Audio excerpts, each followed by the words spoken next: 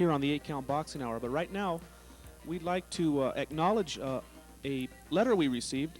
It was in response to our pound-for-pound top 10 rating, and we got a letter from Mr. Pat Kirkpatrick. Pat's out of the Northeast Heights of Albuquerque, and he sent us his top 10, and he says here, my top 10 boxing skills and general interest, and he has in parentheses Tyson, so I think that he's saying that if Tyson were out, he would probably be number 1, but since he's in prison, they can't count him. So Pat's top 10 includes number 1, Pernell Whitaker. There you're looking at the top 5.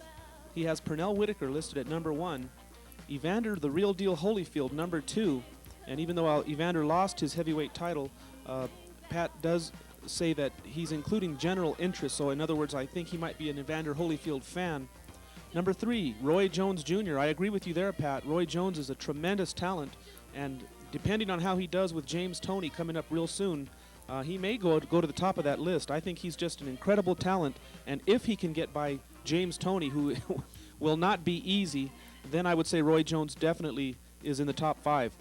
Frankie the Surgeon Randall at number 4, the man who defeated Julio Cesar Chavez, and I'd have to say on those performances against Chavez that Randall probably does deserve to be up there in the top 10. Number 5, he has the man that Randall defeated, and that's Julio Cesar Chavez. Even though Julio has kind of fallen off as of late, he's still got to be up there. He's still a good fighter, and as we were putting together this edition of the 8 Count Boxing Hour, Julio was scheduled to fight his rematch against Meldrick Taylor, so depending on how that fight came out, that'll have a lot to do with where Julio Cesar Chavez stands in the world of boxing pound for pound. But Pat Kirkpatrick says he's number 5.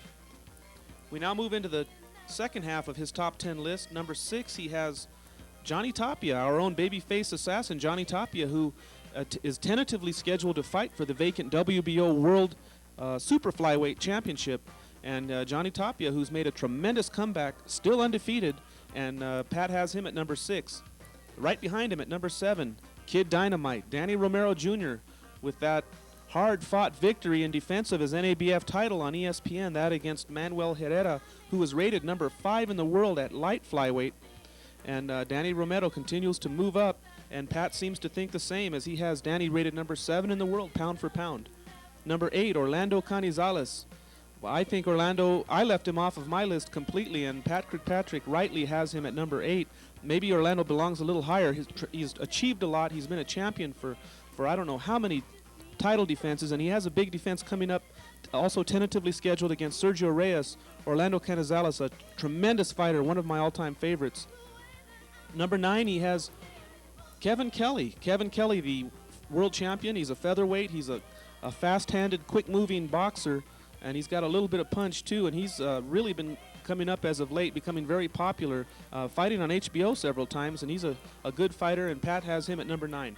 Rounding out the top 10, a man who I think is a threat to both Johnny Tapia and Danny Romero Jr., this is Yuri Arbachakov. He's the WBC flyweight champion of the world with a record right now at 19-0 with 15 knockouts. He's a tremendous boxer, very tough and rugged, and if he is ever to hook up with either Tapia or Romero, that would be a fight that I would really enjoy seeing, and I think you'd like to see that too. So I'd like to thank Pat Kirkpatrick for his nice card, and if you have anything you'd like to say, why don't you write to us? The 8 Count Boxing Hour, P.O. Box 91801, Albuquerque, New Mexico. The zip code is 87199. Drop us a line, you will get a response, and we just might read your letter over the air. And now let's have a